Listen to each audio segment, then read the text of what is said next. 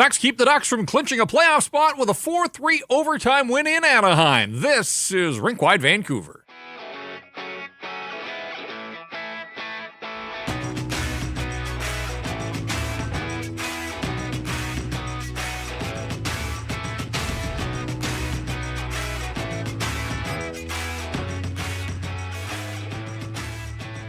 And we welcome you inside the Pacific Toyota Dealer Studios. Visit shoptoyota.ca or your local Pacific Toyota dealer today. Rink Wide brought to you in part by Bet365.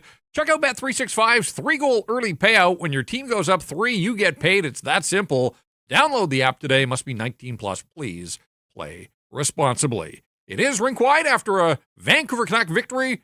After a Vancouver Canuck victory, that's 2 in a row. We should have some sort of sound effects. We need some confetti in here in the studio. That is back-to-back wins for the Vancouver Canucks for the first time in 2026. Yeah, the first time in this calendar year that this team has strung together back-to-back wins. In fact, the last time they had consecutive victories, they had 4 in a row right after the Quinn Hughes trade. Feels like a lifetime ago. So does this season. But the Vancouver Canucks go 3 and 4 nights down in California. Go quietly the first game in Los Angeles, but beat the Sharks on Saturday night in a shootout and needed extra time here. Got a power play in overtime and made the most of it. Marco Rossi with his 12th of the year. He caps off the victory in the late stages of overtime with the man advantage 4-3. The Canucks defeat the Ducks back-to-back wins. They take 3 of 4 from Anaheim, and in the process of this one, they prevent the Ducks from clinching a playoff spot. Now, Anaheim is going to get there. I don't think there's much doubt of that, but they could have done it in their home finale in front of their home fans. They get a single point, and that'll help them. But 2 points would have stamped their ticket to the Stanley Cup playoffs for the first time since 2018, so they're going to have to wait to celebrate that. They've got 2 games to go. Of course, no playoffs for the Vancouver Canucks, but they will take all the victories, moral victories, actual victories, you name it. And really, when you look at the way the road trip ended, there were lots of storylines to like about this Canucks team that didn't have a lead in San Jose, but didn't go quietly, kept chipping away, and ultimately won that game in the shootout. And here, tough start, playing back-to-back, quick turnaround with travel, and you thought, okay, maybe they were going to run out of gas, maybe they just don't have it. This has been the case on so many nights this season, but again, give the Canucks credit. They continue to push and play hard here in the late stages. This is game number 80. There are 2 remaining, so 80 in the books, 2 to go. And you saw the big celebration from Teddy Bluger when he tied the game at 3 last night. That was just sort of setting the table for what was to come. Curtis Douglas with his first National Hockey League goal, tying this game at 1 midway through the first period. The big man owning the blue paint. Ty Mueller doesn't get an assist, but as we watch the replay on the live stream, Mueller with a great zone entry, weaves across the ice, plays it back to Kirill Kudryavtsev, playing his first game of the season. His shot deflects off Aatu Räty into the blue paint, and there was Curtis Douglas. And if we can see that again, Jacob, and we'll roll it the full highlight again. And there's Mueller bringing the puck in, but there's just so much to break down and unpack with the celebration. Douglas celebrating as he should. It's his first NHL goal, and I don't care who you are, what team you play for, where your team is in the standings, what kind of season it's been. First NHL goals will always be cool. And so you have to feel good for Curtis Douglas, and he felt good. He was celebrating. I'm not sure Aatu Räty has moved that quickly all season long, but he raced to get into the pile. Mueller was in there, Kudryavtsev, and I think DPD was the other guy. So youth being served, play the kids, and that line of Räty, Mueller, and Douglas scored, drew a penalty with a puck over the glass that led to a Jake DeBrusk power play goal, because Jake DeBrusk scores just about every game now with the man advantage. And then Curtis Douglas got in the fight with Jeff Viel as well. Like, he didn't play much. I think he had 1 minute and 49 seconds of first period ice time, and he made the most of it. And we're wondering if there's an NHL player in Curtis Douglas. I think the jury's still out, but nights like tonight, this is what he has to do. It was a game that started with a massive hit by Radko Gudas on Liam Ogren. It was Teddy Bluger that actually stepped in, and Bluger took exception, and then Bluger and Gudas got into a fight a little bit later. Kind of thought maybe Curtis Douglas would go out seeking redemption on Gudis, but it turned out that it was Viel and Douglas that got into their scrap, and then Teddy Bluger goes at it with Radko Gudis. So an eventful first period that saw 3 goals. The Canucks erased the 1-0 deficit. Douglas, his first in the National Hockey League, and 4 minutes later it was Jake DeBrusk, a nifty tip on a Marco Rossi shot pass, and Rossi, again, showing his chops offensively on the power play on that left half wall, and able to draw defenders to him. Ice opens up a little bit. Jake DeBrusk, as we said right now, just feeling it.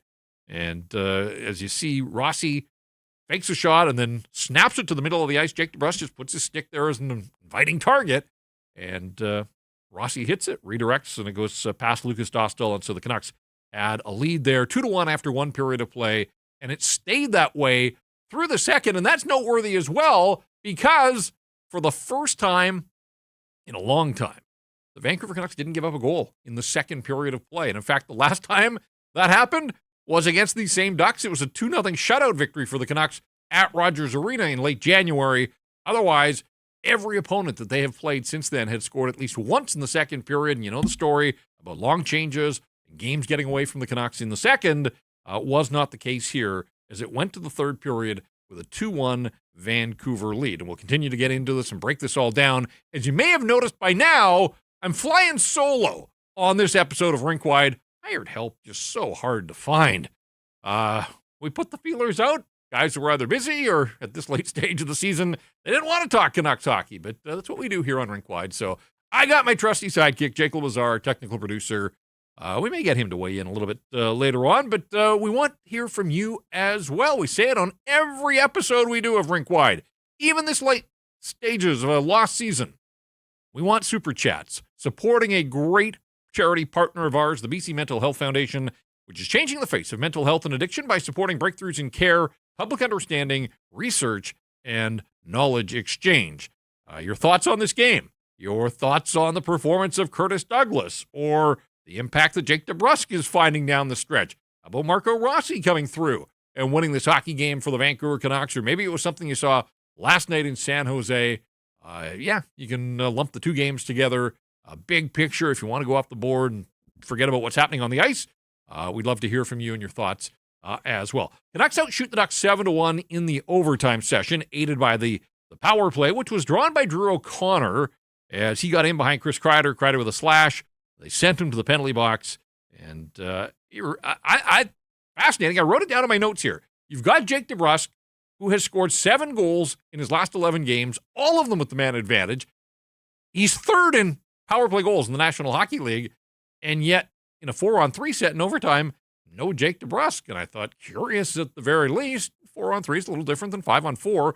I get it, more ice time, and maybe you're just looking for that one grade A opportunity instead of the loose change lying around in front of the net. But the Canucks went with Besser and Rossi and EP40 and Philip Hronek, and ultimately it was late in the power play, late in the overtime. As we watched it on the live stream, Ogren and Zeev Buium working the puck in there from the right faceoff circle. Marco Rossi didn't look like he absolutely ripped it, but got enough to get it through Lucas Dostal. His 12th goal of the season, officially at 4:49 of the overtime session. So a shootout victory last night in San Jose, and an overtime win for the Vancouver Canucks on the pond, the Honda Center, down in Anaheim, California. So the Canucks go 2-1 on the road trip, as we said, back-to-back victories. Something that hasn't happened and won't happen all season long on home ice, but they do string consecutive wins together here. 24th victory of the season for the Canucks, so they are 24, 48, and 8. They're up to 56 points now, with an outside shot of getting to 60, I guess, if they run the table, with 2 games to go at home to Los Angeles on Tuesday, and then in Edmonton to wrap things up on Thursday night. The road record improves to 16-21-3. 16-21-3 is a fully respectable road record for a bad hockey club. And it just underscores how terrible the Canucks have been on home ice all season long. And we won't get into that because we'll probably bring it up again on the next episode when they play that home finale fan appreciation night. And boy, I hope they pour it on thick for the fans that have supported them all season long. It'll be awards night as well. So there's lots to take in on Tuesday night. I think I've got some help. Dan Irf's going to be back. He's running wild down at Coachella this weekend, having his fun. And we're here minding the shop. So Spat Silly's with us as so often he does super chat, because everybody loves J-Pat. I hope that's the case. Take pity on J-Pat tonight. Again, flying solo, so we'd love some contributions and some thoughts on this hockey game and this hockey team into the live chat, and the super chat function is right there for you if you are following along. Got to feel good for Nikita Tolopilo, who snaps a personal 6-game losing streak. Yeah, victories have been hard to come by for the hockey club, but for Tolopilo as well. He gives up 3, but nothing doing in overtime. As we said, the shots were 7-1, so wasn't busy in the overtime period. I think his best save probably came moments after the Ducks had tied it at 3. They continued to pour it on. Ryan Poehling cut to the slot area untouched and got a good look, and Tolopilo there to make the save. There were other stops along the line as well, but for Nikita Tolopilo, getting opportunities here. Kevin Lankinen back in net after the brief injury he played last night. It was Tolopilo's turn on the back-to-back, so not a surprise there. And I would think you see Lankinen in the home finale and then Tolopilo on Thursday against the Oilers. So he'll be able to take a little bit of confidence into his final appearance of the season if, in fact, he gets tapped to play in Edmonton. And, he didn't want to go into the summer on a lengthy personal losing streak. It's been a tough season for everybody, so you got to feel good for Tolopilo. We mentioned Curtis Douglas. Love the celebration. We'll get to him again here when we get to the 3-star selection. But a quick thought on Kirill Kudryavtsev, who was recalled over the weekend, gets plugged into the lineup, plays ahead of Victor Mancini. P.O. Joseph is held out of the lineup again. And so, people want youth to be served here. Kirill Kudryavtsev gets 14 minutes and 17 seconds of ice time. As we said, he hit the score sheet. Overshadowed because it was Douglas's first NHL goal, but that is the first NHL point for Kirill Kudryavtsev. Not his NHL debut. He got into a couple of games late last season, but 2 shots on goal on 3 attempts. He blocked a couple of shots as well. A left shot guy laying on the right side in the third pairing, and certainly didn't look out of place against a high-flying, high-scoring, motivated Anaheim team that showed some desperation at times throughout this game. But again, the Ducks are going to be kicking themselves. It was right there for them, a victory in any fashion. Overtime, even the shootout, they would have been able to get that X next to their name. Again, I'm pretty confident that Anaheim's going to be there when the playoffs begin, but this was also the lost point. Forget the playoffs. They are right there in the thick of the Pacific Division title chase. And so Vegas and Edmonton, both idle tonight, breathe a little bit easier because Anaheim gets a single point, but could have had 2 against the last place team in the National Hockey League, and it didn't happen for them. So, yeah, I liked Kudryavtsev. I thought that was the most noticeable in my mind for Ty Mueller, who had played limited minutes in his previous games, but he looked confident tonight, carrying the puck, probably feeling a little more confident and comfortable getting back into the lineup and playing here on consecutive nights. So good for Ty Mueller, and we'll see if he continues to stay in the lineup over these final couple of games. Rob, the siding guy in the chat, says, I actually cheered the Besser and Rossi winner and pumped my fist. Can't remember the last time I did that this season. You're probably not alone. And so, again, now that the Canucks have locked up dead last in the standings, best draft lottery odds, you can do that. You can feel good for these guys when they come through and they win. And so when you see Teddy Bluger's celebration last night, it's been a rough go for all of them. I think everybody understands that.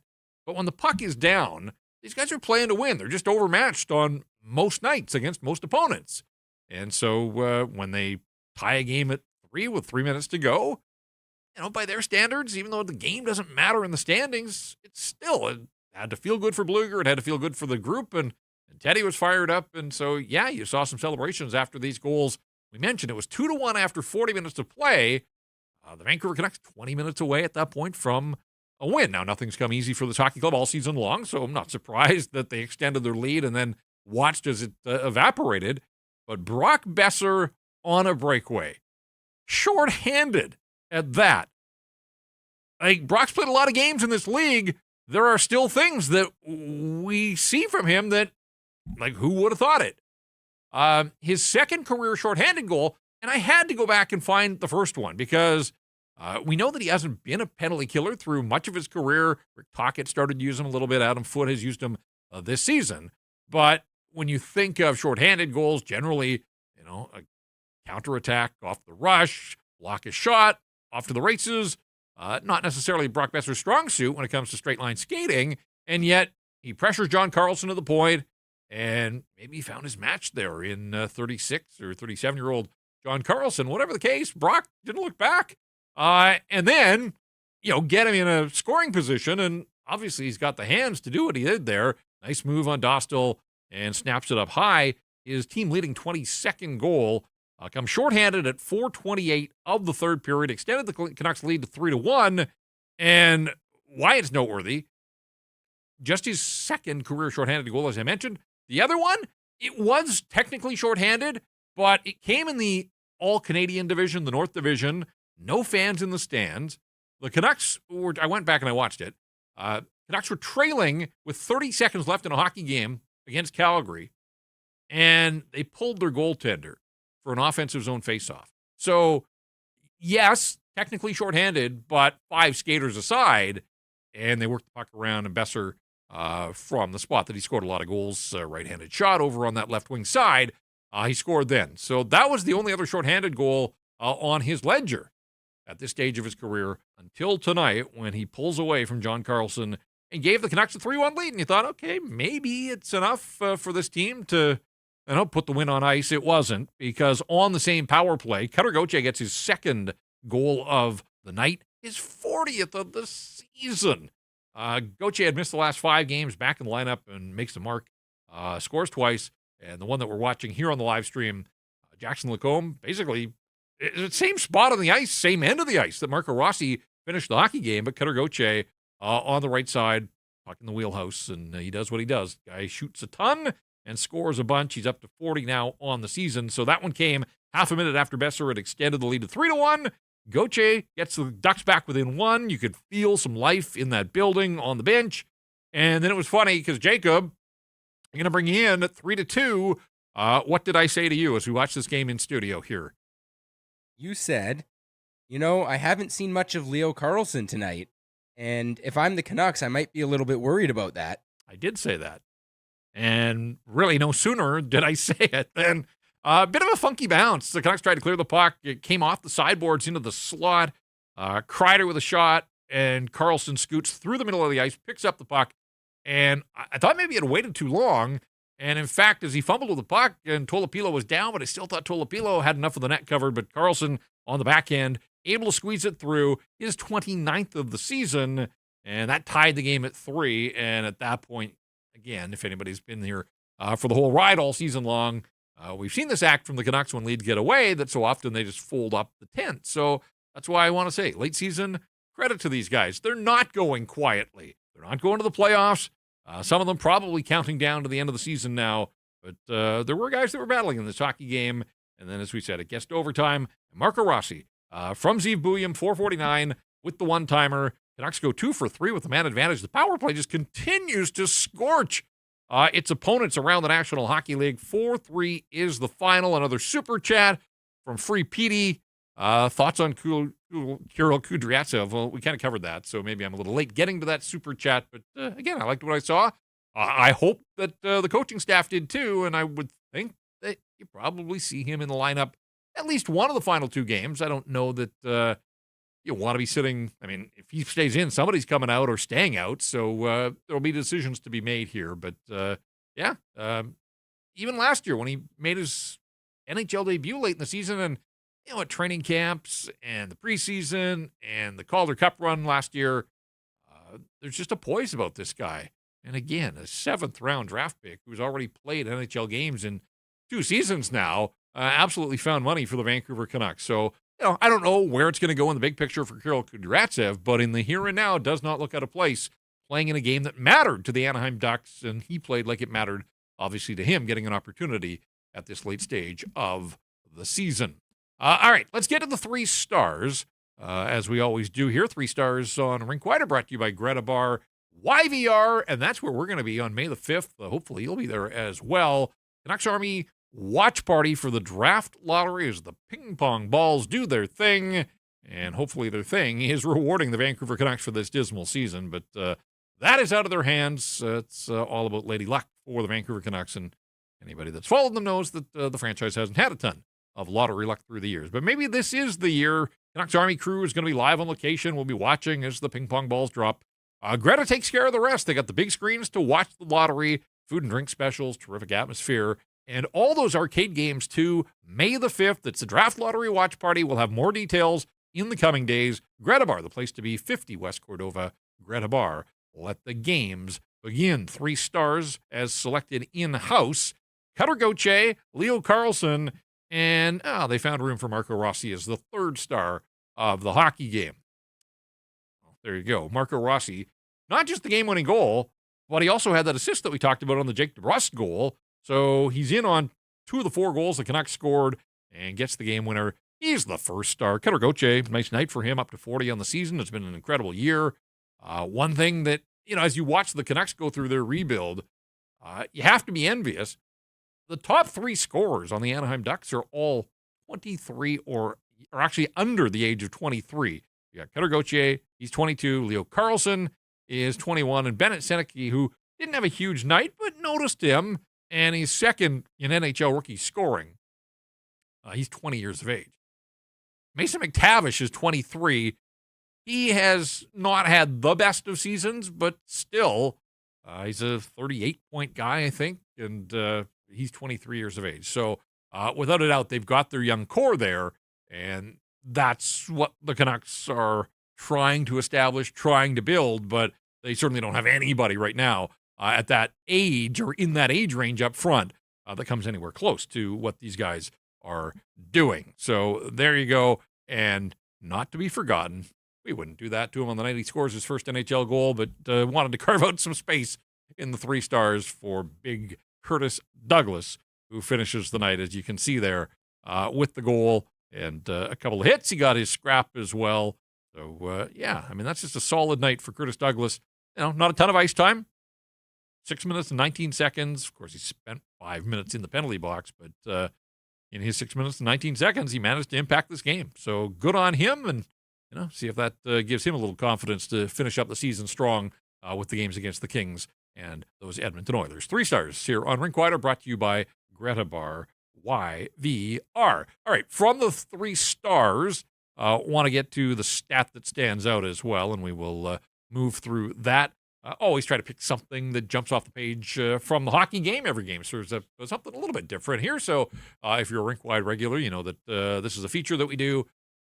How about that? Vancouver goes 3 for 4 against the Anaheim Ducks. So if the Ducks fall short of the playoffs, which I don't think they will, but short of home ice or short of the division title, they can look at their play against the Vancouver Canucks. Canucks go 2 for 2 down on the pond, a regulation win back in November. And this one in overtime, they shut the Ducks out 2-0 back on the 29th of January.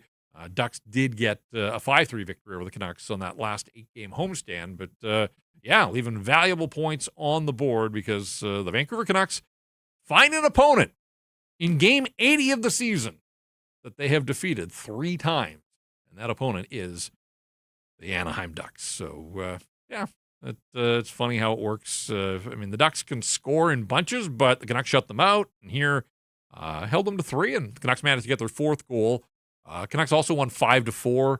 And Anaheim plays that kind of game where they'll trade chances and take their chances that they can outscore you, knowing that there's still some defensive deficiencies. And it'd be interesting to see what they look like once they get to the postseason here. Now, again, they have to officially clinch their spot. They've got 2 games to go, but, are there enough defensive warts here on this team?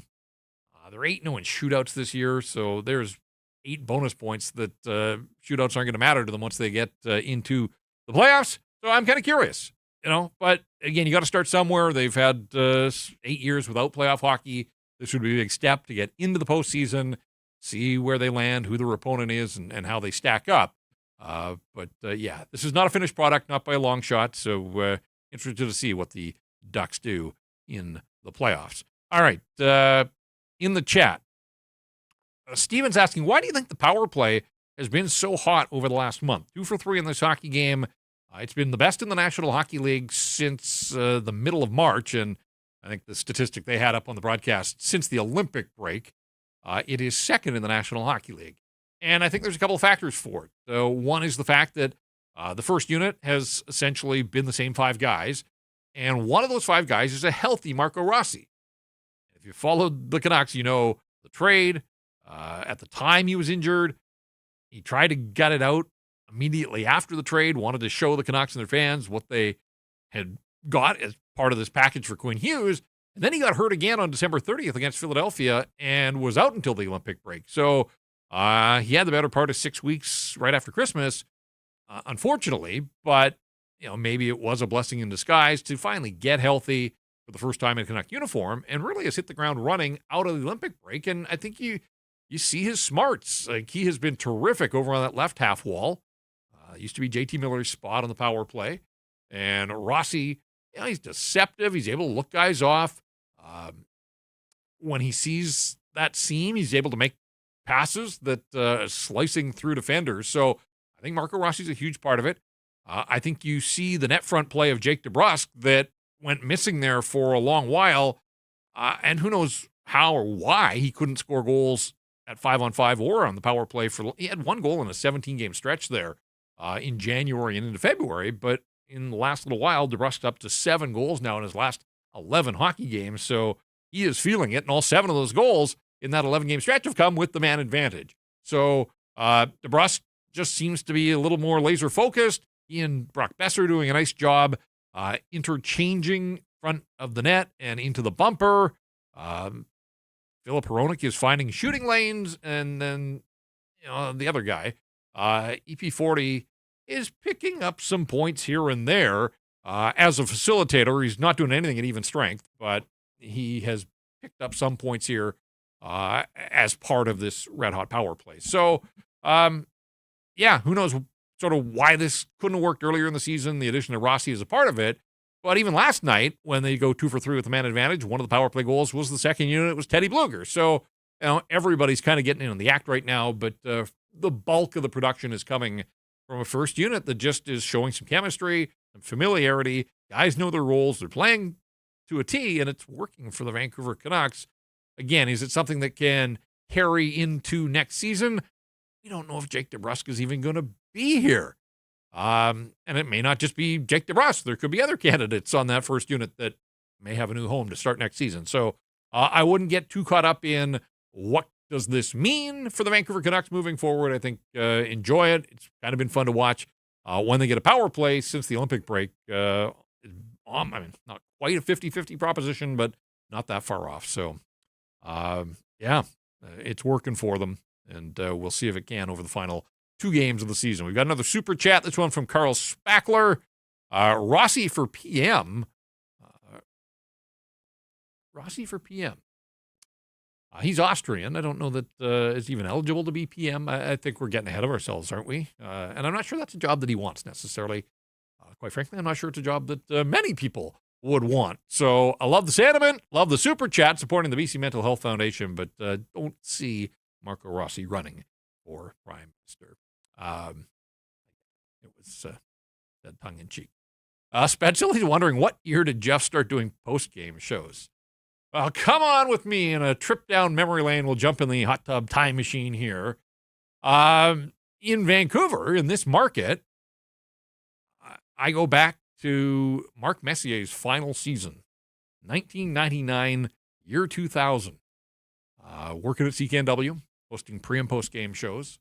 Came down from Kamloops. I'd moved up to Kamloops for 6 years to work. I'm a Vancouver guy, but went to Kamloops for 6 years out of broadcast school. Had a blast up there, did play-by-play for the Blazers, and then took a bit of a flyer that I could get work. I wanted to work in this market, and so came on home and did some fill-in work at CKNW in the summer months, and then was offered the opportunity to host pre and post on the radio, and was a blast then, even if the team wasn't particularly good, but it was starting to build. That was the beginning of the Twins and the West Coast Express era, and obviously, how that played out over the next decade or so. So, in this market, hosting post-game shows on and off, but mostly on for the better part of a quarter century now, and still enjoying it even through a season like this one.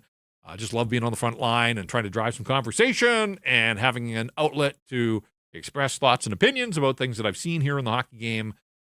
And so we appreciate all the support all season long here for people that have been with us on Rink Wide with the live stream or opting to listen or watch on demand as a podcast. So we'll keep going here through 2 more, and then we'll figure out a way to stay alive and relevant. Well, we'll do our best to stay alive. We'll try to stay relevant as well in the summer months when it gets a little quieter, but with the draft lottery and the draft itself and perhaps some sizable front office movement and then working towards free agency. You know how it goes in this market. There's always things to talk about when it comes to the Vancouver Canucks. So we won't be doing post-game pods like last year when we shifted and pivoted to the Abbotsford Canucks because they're not going to the playoffs either. But, man, that was a ton of fun to jump on their Calder Cup run. So 2 years ago, we had a couple of rounds of NHL playoffs, Stanley Cup playoffs. Last year, it was the American Hockey League. This year, we're going to have to get creative and find some ways to continue to engage and deliver content here on our social channels and our YouTube channel as well. All right, so we've done our 3 stars. We've done the stat that stands out. Should mention as well, because prospect talk is becoming all the rage here in this market. If you haven't heard by now, we have a new prospect show under the Nation Network banner in Vancouver. Tyson Cole, who was in with me last night on Rink Wide, Dave Hall, prospects writer at Canucks Army. Those two are teaming up every Wednesday. A new episode of the Blackfish Prospect Show is going to drop on the Canucks Army YouTube channel, and so it'll be a great resource to find out about a lot of the players that will be selected in this June's draft. Also, players that are already in the Canucks pipeline. World Under-18 Championships coming up, and so these guys will cover it off. All sorts of prospects talk. Long overdue here under the Nation Network banner. So they've got one show up. You can find it at the Canucks Army YouTube page, and of course, that's just the start of things as they have launched now, and you can look forward to new episodes each and every Wednesday. This segment of Rink Wide is presented by the Pacific Toyota dealers and the Toyota Prius plug-in hybrid no-compromise approach to electric vehicles that offers the best of both worlds. You can drive up to 72 kilometers on battery alone. That's enough to get you from downtown to the rink, to the grocery store, and then home to recharge. Seamlessly transitions from electric mode to the gas engine for a combined range of 962 kilometers. No sacrifices when it comes to horsepower or style. Got the sleek, low, wide exterior and a sophisticated interior, and it's loaded with tech that's actually easy to use. You can plug in to recharge at home or at one of the over 2,000 public charging stations in British Columbia alone. Visit shoptoyota.ca or your local Pacific Toyota dealer during Red Tag days from March through May. 4-3, the Vancouver Canucks defeat the Anaheim Ducks, and we'll look at the playoff picture a little later here on the program because every day that goes by, there are games that impact the playoff scenarios starting to come into focus, and the season ends on Thursday, and we know the playoffs begin on Saturday. Don't know matchups, don't know times yet, but I've seen the promos on both American and Canadian television. Stanley Cup playoffs begin in less than a week. So, yeah, you wish the Canucks were part of it. We've known since basically Christmas, or maybe December 12th, when they traded Quinn Hughes away, that there wouldn't be playoff hockey here on this market this year. But there will be playoff hockey. So, that gets going less than a week from now, next Saturday. I heard Shorty mention this on the broadcast late, and it's worth pointing out. This could have been our stat that stands out, but for a Canucks team that didn't put up a great fight on a lot of nights all season long, one of the reasons they are 32nd and in a league of their own down at the bottom of the standings, on the second half of back-to-backs, the Vancouver Canucks actually fared pretty well this season. This was their final set of back-to-back games, San Jose and Anaheim, with a little travel in between. The Canucks finished 5-4-4 in their 13 back-to-backs. In the second half of those back-to-back games, the Canucks win 5, lose 4 outright, and 4 other games, they pick up a single point. So they end up getting points in 9 of the 13 second half of back-to-back games. So, when fatigue factors, a lot of times you're going with a backup goaltender, whatever the case, Canucks have found a way to keep their head above water and pick up points as they ground through. It's funny, and we had the question about the power play, and yes, the power play right now, 2 goals last night, 2 more tonight. When the Canucks get victories, so often it's on the back of this scorching power play. But that's also masking the fact that the Canucks just aren't scoring many goals 5-on-5. And look, I know they won back-to-back games, so maybe this is nitpicking, but the bulk of the game is still played at 5-on-5. Canucks have 4 5-on-5 goals in their last 4 games. Max Sasson opened the scoring against Vegas the night that they had their 11 shots, the last home game. Marcus Pettersson banked one in off Brian Dumoulin in Los Angeles, the Canucks' only goal on Thursday night. Last night, Marco Rossi scores into essentially an empty net after Yaroslav Askarov got trapped and confused and tried to tip the net over. And so you've got Pettersson banking one in off Dumoulin, Rossi into an empty net, and Curtis Douglas here tonight in the blue paint. Those are the 3 5-on-5 goals that the Canucks scored on this road trip, and yet they managed to win 2 of the 3 games. So it shows you how much of a difference the power play can make. It tells you when you get some saves that they haven't always got all season long. Yeah, I mean, the Canucks got outscored on this road trip and yet won 2 of their 3 games. So sometimes hockey doesn't make a ton of sense, and sometimes you just have to laugh.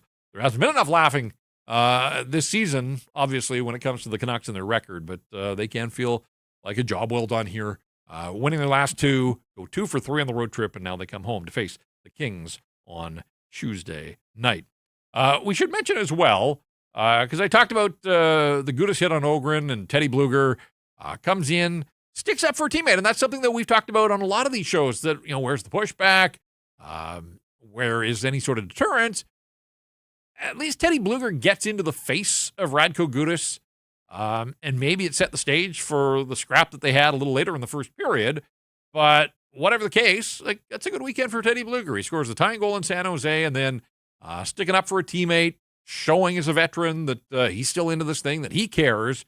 And 2 fights in the first period, 2 fights in the same game for the first time all season long for the Vancouver Canucks. Their fight count is now up to a dozen on the year. Nobody's had more than 2. They've got a bunch of guys that have had 2 fights, including Bluger and now Douglas. But that is the first time all season in game number 80 that the Vancouver Canucks have engaged in 2 fights in the same hockey game. I got another super chat. This one coming in from Happy Jacks. Is it just me, or has this team played meaner since getting Douglas? He can be a culture changer, I think. Yeah, I mean, this comes on a night that he's prominent, and he was one of the stars. I get it. If you were with us last night, you know that Tyson and I talked about the fact that, on a lot of nights, there just hasn't been nearly enough there to let you know if there is an everyday National Hockey Leaguer. His contract is up. He is playing for a contract. He's going to be a Group 6 unrestricted free agent just based on the number of games that he's played in the National Hockey League. He's not going to be expensive. So can I see a world in which the Canucks re-sign him at something close to league minimum?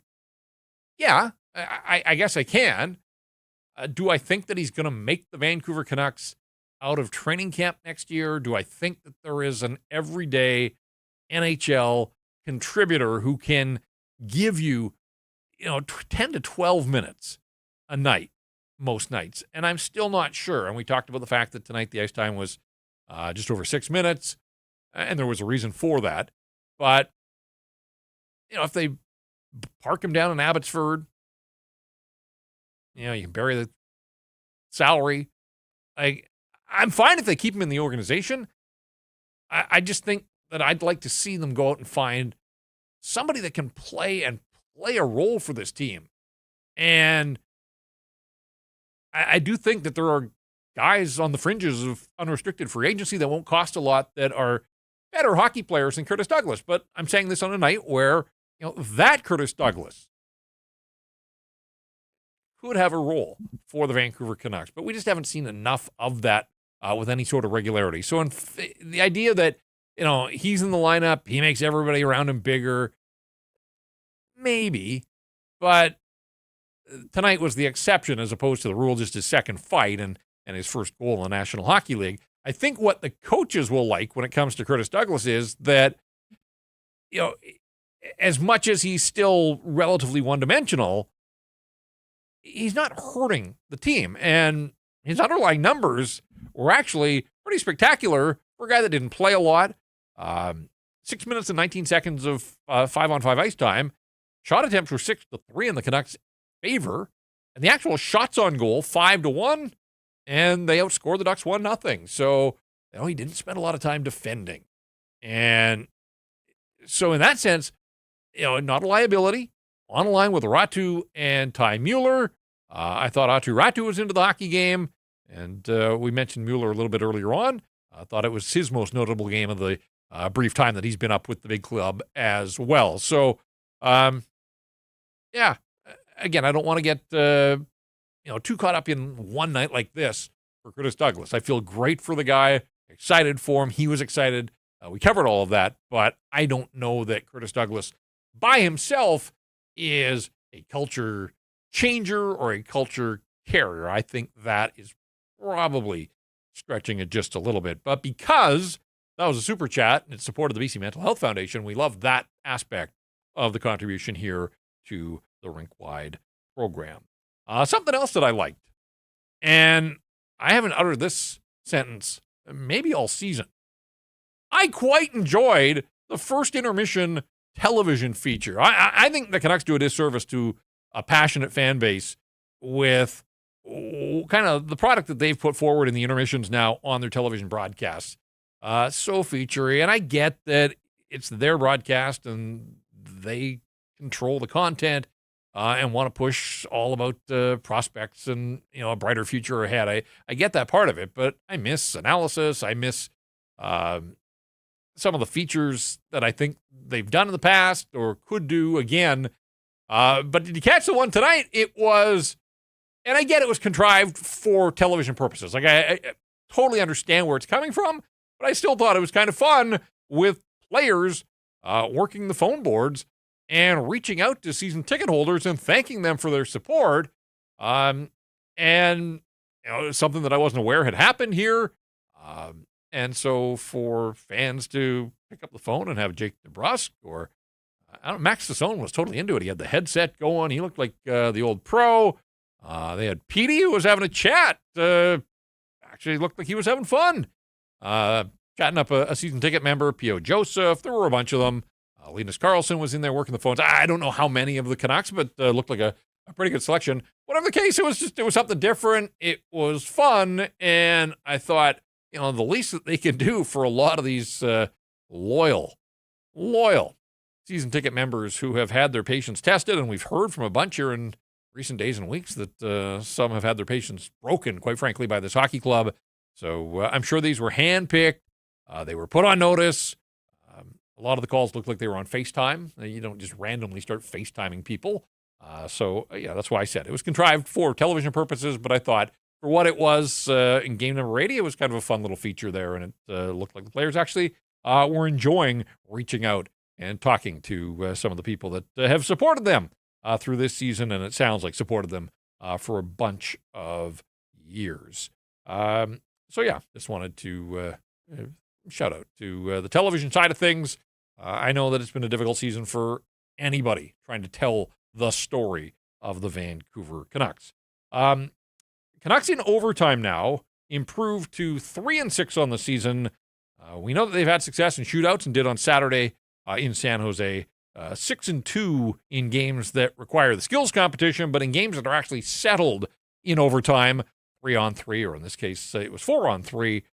The Canucks improved to 3-6 on the season. So there you go. Those are the numbers around the Vancouver Canucks when it comes to their overtime record. All right. We should get to, I said I wanted to update the playoff picture around. We'll start in the Pacific Division because Anaheim's still pushing for a playoff spot, but also in the hunt for the division title. Anaheim gets a single point. They have tied the Edmonton Oilers with 90 points on the season. Oilers have the tiebreaker there, and there's nothing that Anaheim can do about that. Not enough games left, so Anaheim has to finish ahead of Anaheim has to finish ahead of, outright ahead of both Edmonton and Vegas. Ties will go to those other teams. Vegas with 91 points. Edmonton has 90. Anaheim has 90.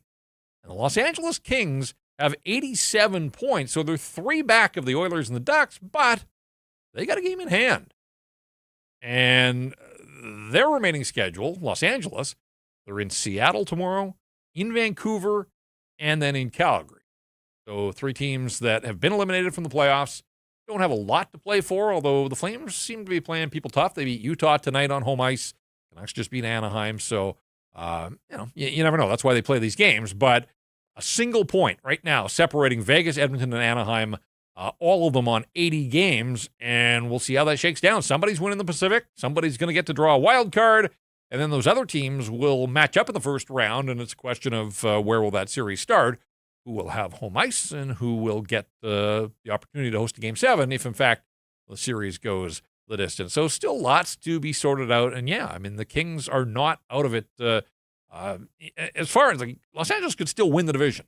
It's technically and mathematically possible that Edmonton could still win the Pacific Division, which would be a crime with 21 regulation victories, 15 wins on home ice. But don't look now. All of a sudden, the Kings are red hot and have, they've won 4 in a row. And so they're going to push here right through to the finish line.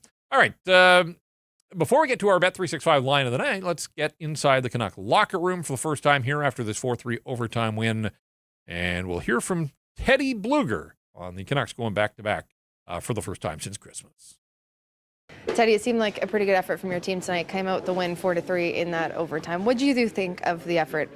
Yeah, I thought it was really good. I think same as last game. I think we're doing a lot of good things, sticking together, supporting each other, and I think we're, obviously the results kind of come when you do that consistently. So, really happy for the guys. I think we're in a position where it's easy to quit and stop playing, and we're not doing that. So, I think we got to finish the year off like that. It was a great celebration after, but Curtis Douglas gets his first NHL goal. What did it mean for not just him, but for the team to see that? Yeah, it was awesome. I think you saw how much that meant to him, and he's had some chances, and, I think back to your own first goal. It's a big moment in your life, and been chasing that dream for a long time. So guys are super, super happy for him. He's been great for us. Great character in the room, brings a lot to the team. So it was great. Really got the guys going. When you look at this group as a whole, you guys are just closing out this road trip with 2 wins. What's the energy like right now? I think it's good. I think, like I said, we're trying to build good habits, set a good foundation to build off of for next year. And I think we're doing a lot of good things. Obviously, there's some mistakes and some things we'd like to do better. But overall, I think the effort, the commitment, the energy, the unity that we're playing with is really good. And those are the main things that I think you have to build off of to be a successful team. Excited to head home for one more in front of your fans? Yeah, for sure. Always nice to be home. I think, hasn't been a strong suit this year playing at home. So one last chance to kind of go off on a good note. So, yeah. Yeah, it has not gone well at home ice. I'm glad to hear Teddy at least recognize that much, and we'll see if they can change their fortunes for one night, game 41 on home ice on Tuesday against Los Angeles Kings. I'm still having trouble buying into this notion that, things are totally different here for the Vancouver Canucks. That feels really selective. The last couple of nights, no quit, wins over the Sharks and the Ducks. It wasn't that long ago, though, that they had 11 shots against the Vegas Golden Knights and followed that up with an absolute dud in Los Angeles to start the road trip. So when you're 32nd in the league, there are still lots of issues.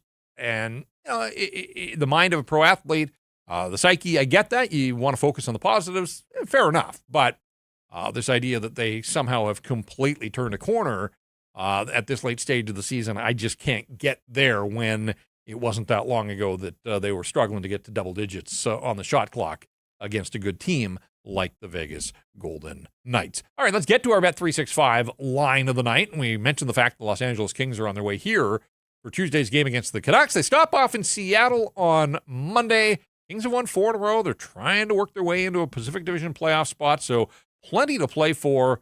I'm going to take the Kings to beat the Kraken on the money line. You can get them at -150. And again, this is a Seattle team that is down to its 4th and 5th string goaltenders. They've run into all sorts of injury issues between the pipes, have the Seattle Kraken. They beat the Calgary Flames at home on Saturday. We'll see what they look like against the Kings, but I still think the Kings motivated, They want to push those teams and give those teams above them something to think about. So I am going to stick with the Los Angeles Kings. And then the Canucks get the Kings on back-to-back nights. Los Angeles, with those 4 in a row, Anton Forsberg had the shutout against the Edmonton Oilers on Saturday afternoon. He beat the Canucks as well. He's posted the last 3 victories. So, Darcy Kemper's been the guy for the most part in Los Angeles. But a late season here, Anton Forsberg is trying to assert himself maybe in a bid to get some playoff action if and when the Kings get there. The Vancouver Canadians are back at the net. Yeah, there is baseball here in town once again. Hopefully the weather will get a little bit better. It was better earlier in the week, but as we move into later into April and then into the summer months, looking forward to some great days out at the Nat, which is turning 75 this season. And the Canadians are going to be celebrating all season long, new at the ballpark. Triple O's on the concourse. Opening on June the 1st, it's that new rooftop patio. Want to check that out. C's wrapped up their first homestand of the new season earlier today. They're now out on the road, and the next homestand will start on April 21st against Tri-City. For tickets, schedules, and a full rundown full rundown of promotion nights, check out their website, CanadiansBaseball.com. So, yes, when the Vancouver Canucks, they'll get a day off on Monday after going back-to-back, and hey, they've earned a day off this late in the season. So they got Monday off, and then they get back at it, hosting the Kings on Monday. They just saw Los Angeles. They know that, when the Kings play, it's not about stylistic points. It's about points in the standings, and a veteran group that just basically tries to grind you down. Artemi Panarin had their only goal in that 1-0 win over the Oilers, so he's been good for them. Player, not a surprise that he's been productive, and of course Adrian Kempe had the 2 goals in the game against the Canucks the other night. So they do have a couple of players that can break games for them, but otherwise it's more about a system and not the most fun hockey to watch, but it's effective for the Kings, and I'm guessing that they'll look every bit that part on Tuesday night. As long as they get their win in Seattle. If they lose in Seattle, maybe that ups the ante for them, or maybe they come into Vancouver frustrated and thinking that, missed opportunity. Whatever the case, Los Angeles with 3 games to go, all of them on the road, at Seattle, at Vancouver, and at Calgary. And, of course, the game on Tuesday will be the last time hockey fans in Vancouver see Anze Kopitar after his incredible career. And they saluted him.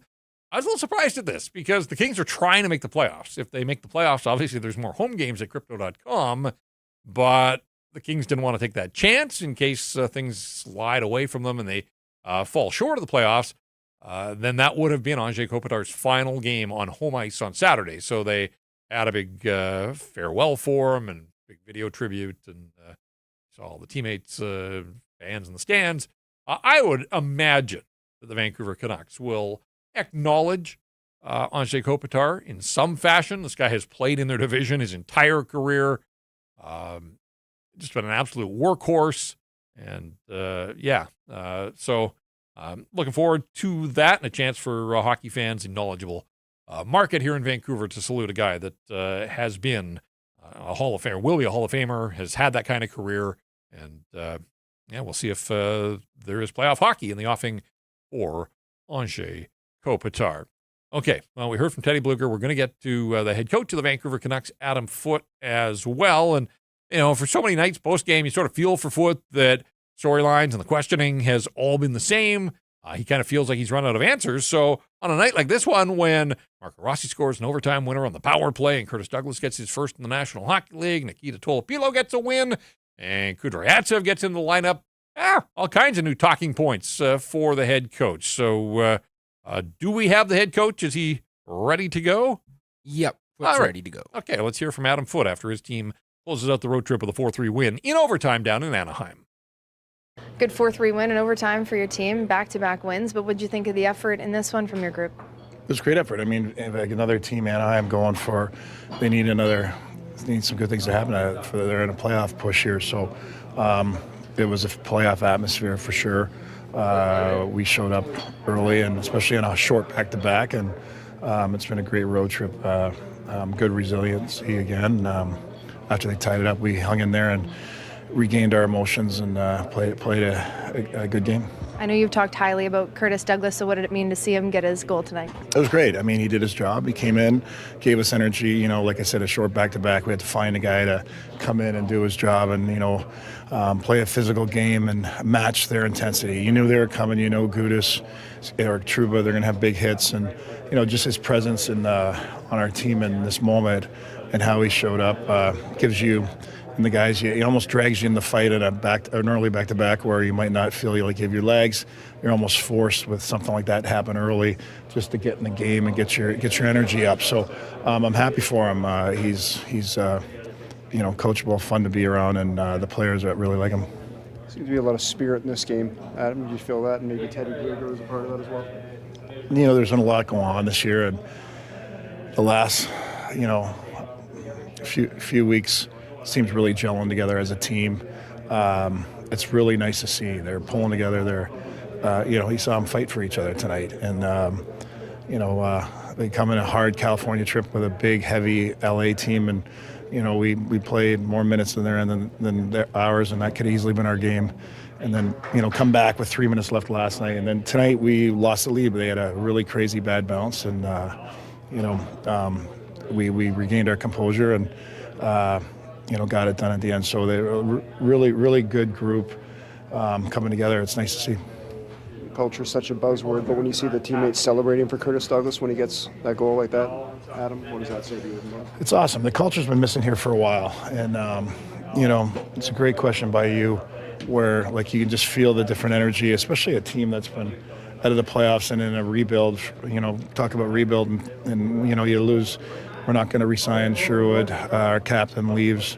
We lose our goalie for the year and not knowing what's going to go on. And, Garland leaves, Myers leaves. And just to see the young guys keep getting better and playing the way they're playing, and then see the leaders, the older guys that are left, take a leadership role and easily could have not played with the intensity or energy you've seen in the last 3 or 4 games, and continue to keep pushing. And they're gelling together. And give them a lot of credit. They're really connected and coming together as a group. All right, there you go. You can tell that Adam Foote, proud of his group for, as he said, fighting for each other and basically doing our job. He went through the whole season, all the things that have gone on. He recapped the road trip. Hey, leave some of that for us, Coach. But, it'll be a fun flight home, I'm sure. And there haven't been many of those for the Vancouver Canucks. Although, as we said earlier, the road record, nothing wrong with their road record at 16, 21, and 3. It's all about what has gone on and what's gone wrong on home ice. But just the one game to go. That is Tuesday. It's a 7 o'clock start with the Los Angeles Kings in town. They've seen the Kings a bunch here recently. LA shut them out in their last visit to Vancouver and then got the better of them down in LA earlier in the week. So the Canucks know that it's not going to be easy. Nothing's been easy for this hockey club all season long, but they will finish up here this week. 80 games now in the books for the Vancouver Canucks, 80 down and 2 to go. All right, we made it to the end of the line on a solo episode of Rink Wide, so we thank you for hanging in there with us, and a big thanks and a shout-out to Jake Lazar, our technical producer, for keeping me company here in studio and getting us up and running here on the live stream as well.